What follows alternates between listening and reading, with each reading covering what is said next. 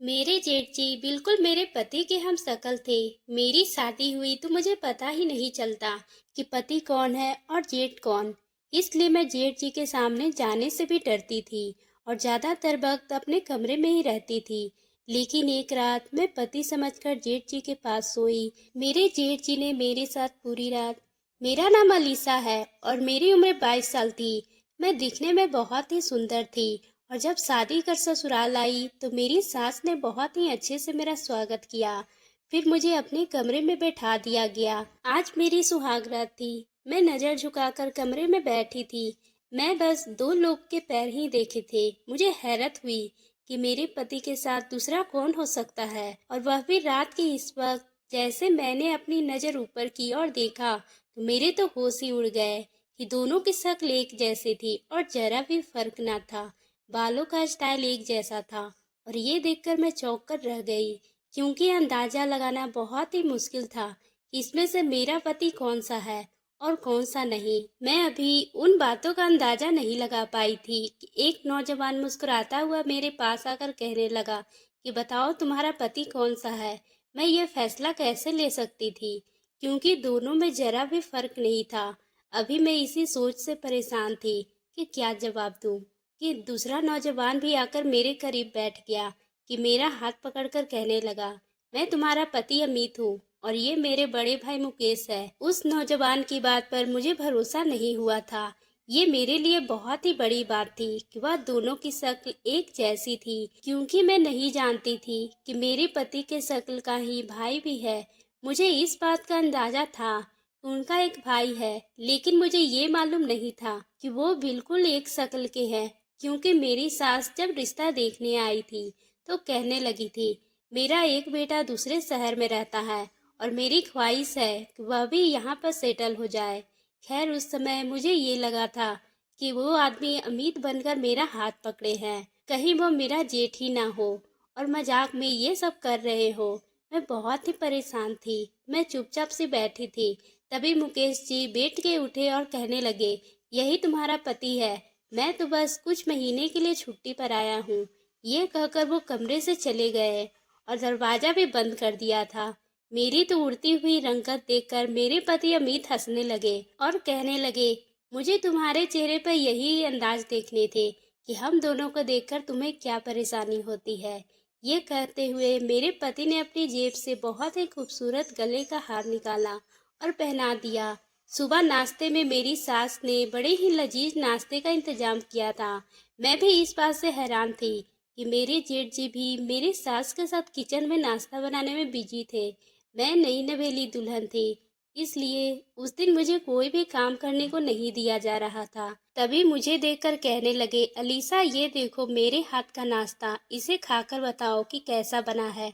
मेरे जेठ जी बात करने में बातूनी किस्म के थे।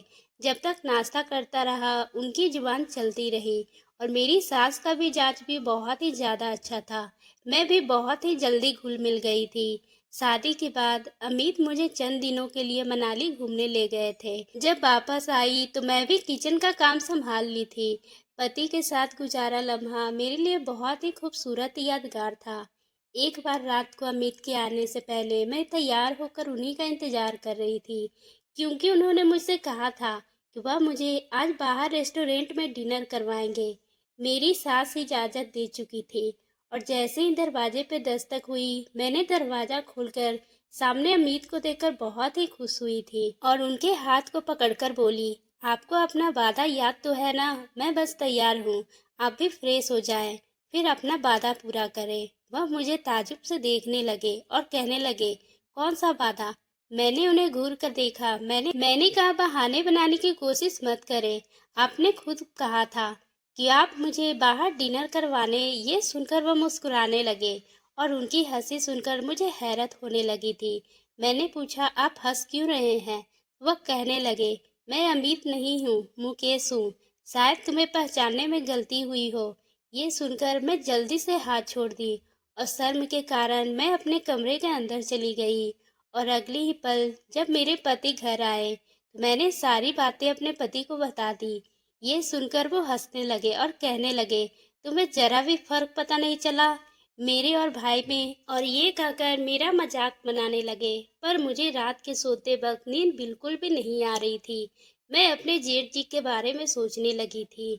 मैं तो अब डरने लगी थी कि अमित मुझे जब भी कुछ कहते थे कि वह मुझे बाहर लेकर जाना चाहते हैं, मैं फट से इनकार कर देती। समझ नहीं आता था कि रात को जो आएंगे वो मेरे पति होंगे या जेठ। इसी तरह से दिन गुजर रहे थे। अब मेरी शादी को 6 महीने गुजर गए थे। एक दिन अचानक मुझे चक्कर भी आने लगे थे। मेरी सास मुझे अस्पताल ले गई तो डॉक्टर ने मुझे खुशखबरी सुनाई कि मैं मां बनने वाली थी। और ये खबर जब अमित को पता चली तो वह मुझसे ज्यादा खुश थे। कुछ समय के बाद मेरे पति कहने लगे, शादी के 6 महीने हो गए हैं, तुम एक बार भी अपने मायके नहीं गई हो। कुछ दिन मायके में रहोगी तो तुम्हें खुशी होगी। ये सुनकर मैं बहुत ही खुश थी, क्योंकि मैं भी अपने मायके जाना चाहती थी। इसलिए मैं मायके के लिए चली गई। और 2 महीने के बाद जब मुझे अमित लेने आए तो उनके चेहरे पर अजीब सी उदासी थी।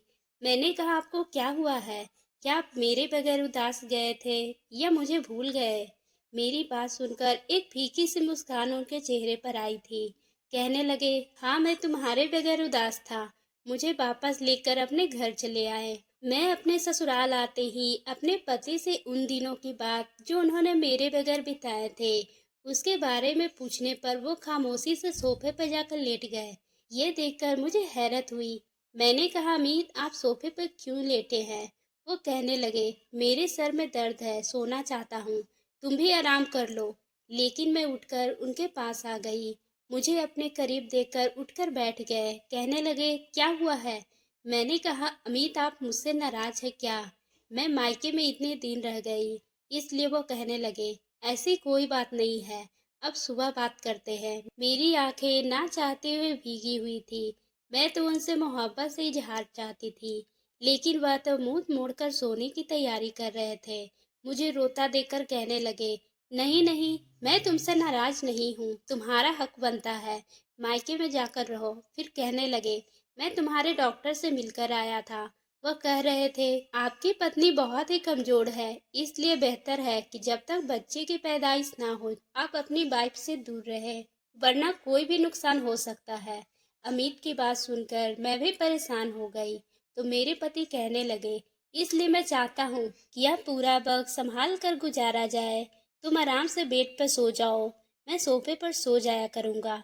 फिर अगली सुबह जैसे ही अमित ऑफिस के लिए गए, कुछ ही देर के बाद मेरे जेठ जी घर पर आ गए। वह बड़ा ही चुपचाप थे। मेरी सास के पास बैठकर कहने लगे, माँ, मुझे अब वापस जाने की इजाज़त दे दो। आपने मुझे क्यों कसम देकर रोक रखा है? मैं पहले ही आपसे कह चुका हूँ कि मुझे ड्यूटी पर वापस जाना है और वहीं रहना है। मेरी सास कहने लगी, अब जब तक तुम्हारी दूसरी शादी नहीं हो जाती, मैं तुम्हें खुद से दूर नहीं भेजूंगी। ये सुनकर जेठ जी कहने लगे, मुझे अब किसी से भी शादी नहीं करनी है। मेरे जेठ जी अभी भी अपनी पत्नी की यादों को भूले नहीं थे। मेरी जेठानी शादी के कुछ महीने बाद ही बीमारी की वजह से जेठ जी को छोड़कर इस दुनिया से हमेशा के लिए चली गई थी। पर जेठ जी दूसरी शादी नहीं करना चाहते थे। ये सुनकर मेरी सास रोने लगी। मुकेश जी उन्हें उदासी से देख रहे थे और कहने लगे, माँ, क्या हो गया है आपको? ये कहकर उन्होंने अपने माँ को अपने गले से लगा लिया। मेरी सास कहने लगी, तुम दो ही तो मेरे, और तो कोई औलाद नहीं। मैं तुम्हें यही देखना चाहती हूँ।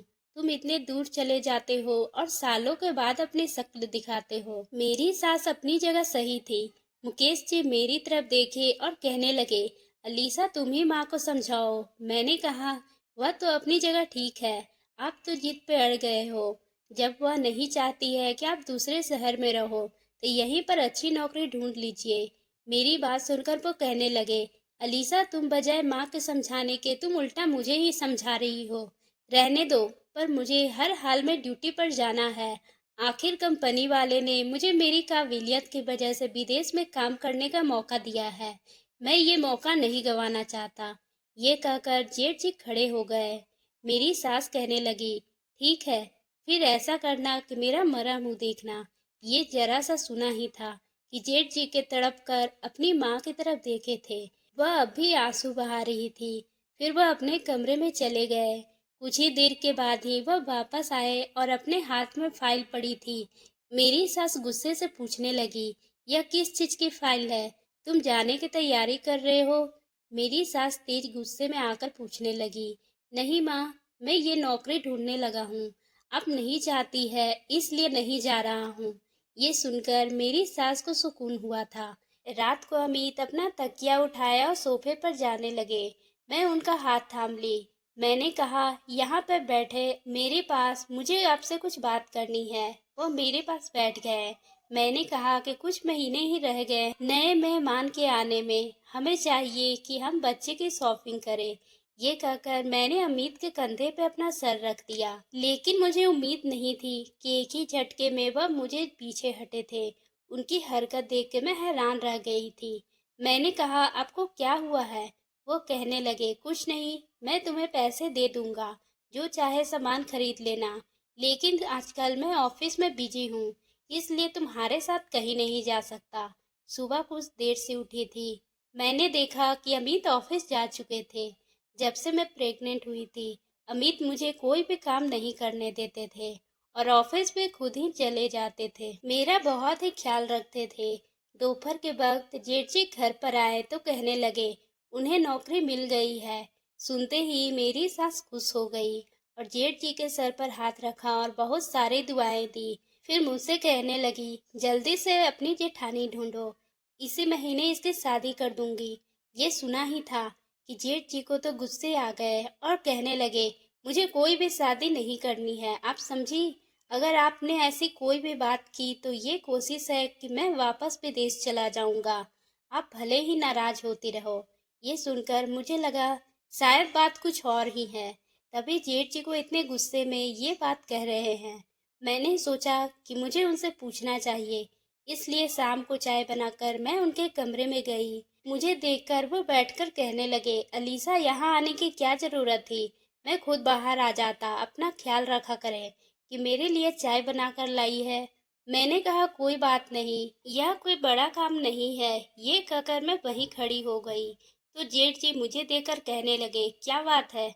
मैंने कहा, आप हमसे कुछ छुपा रहे हैं। मेरी बात सुनकर कहने लगे, मैं तुम लोगों से कुछ भी नहीं छुपा रहा हूँ और तुम जाकर आराम करो, बस अपने बच्चे पे ध्यान दो। तुम्हें घर के परेशानियों की चिंता करने की कोई जरूरत नहीं। ये सुनकर मैं चुपचाप अपने कमरे में वापस आ गई।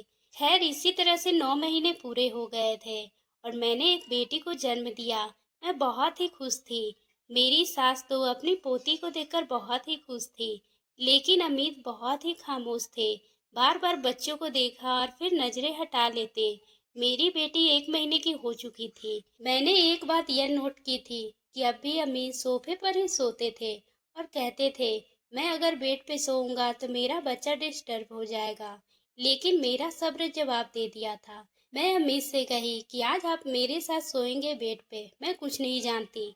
ये सुनकर उनके चेहरे की रंगत बदल गई। मैं उनका हाथ पकड़कर मैंने कहा कि अब आपके पास कोई भी बहाना नहीं है, आप क्यों मुझसे दूर रहना? उन्होंने जब मेरे हाथ से अपना हाथ अलग किया था, तब आंसू उनकी आंखों से बहने लगे और कहने लगे, मैं सब्र करके थक चुका हूँ। मैं तो समझ नहीं पा रही थी कि वह ऐसा क्यों कह रहे हैं और कहने लगे, मैं तुम्हारा पति अमित नहीं हूँ, मैं मुकेश हूँ। ये सुनकर मेरा तो दिल बैठने लगा था। इतना बड़ा मजाक ये सब कैसे, वो भी मेरे साथ कर सकते हैं? मैंने कहा, आपको शर्म नहीं आई? इस वक्त मेरे कमरे में क्या कर रहे हैं? कहाँ है अमित? अब मैं उससे बात तक नहीं करूंगी। उन्होंने आपको इस वक्त मेरे कमरे में आने की इजाजत कैसे दी?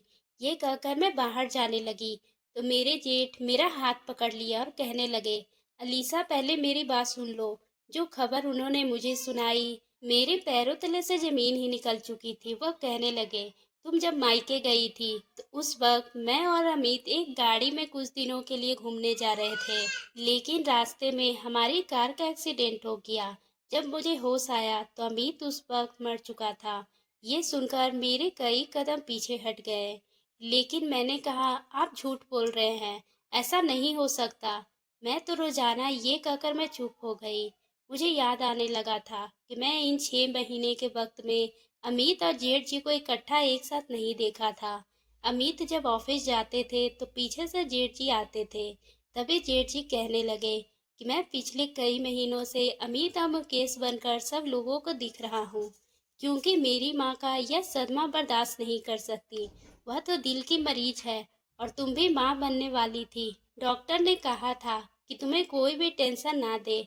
अगर मैं तुमको पहले बता देता तो शायद मेरे भाई की निशानी खत्म हो जाती, और मैं चाहता था कि मेरे भाई की औलाद इस दुनिया में जरूर आए। मेरी तुमसे गुजारिश है, तुम माँ से कुछ मत कहना, और बल्कि हो सके तो उनसे कहना कि वह मुझे बस विदेश जाने दे। मैं अब मुकेश बनकर वापस विदेश चला जाऊंगा और हमेशा के लिए अमित बनकर इस घर में रहूंगा।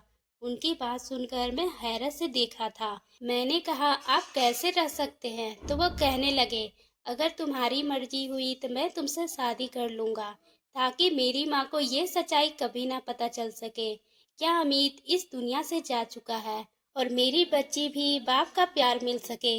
लेकिन यह मेरी शादी माँ की नज़र में नहीं आनी चाहिए। उन्हें हमेशा यही लगना चाहिए कि मैं ही अमित हूँ, और मैं तुमको भी अकेला नहीं छोड़ सकता हूँ और ना ही अपनी बेटी को बेसहारा छोड़ सकता हूँ।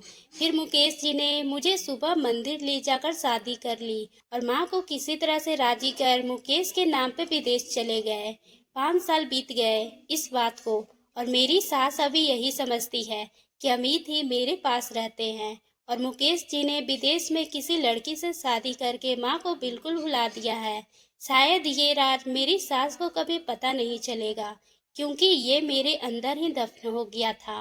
परिस्थितियाँ कभी कभी इंसान को ऐसे फैसले लेने पर मजबूर कर देती है। तो दोस्तों, आपको ये कहानी कैसी लगी? अगर पसंद आई हो तो आप मेरे चैनल को सब्सक्राइब करना ना भूलें और बेल आइकन को भी प्रेस कर लें।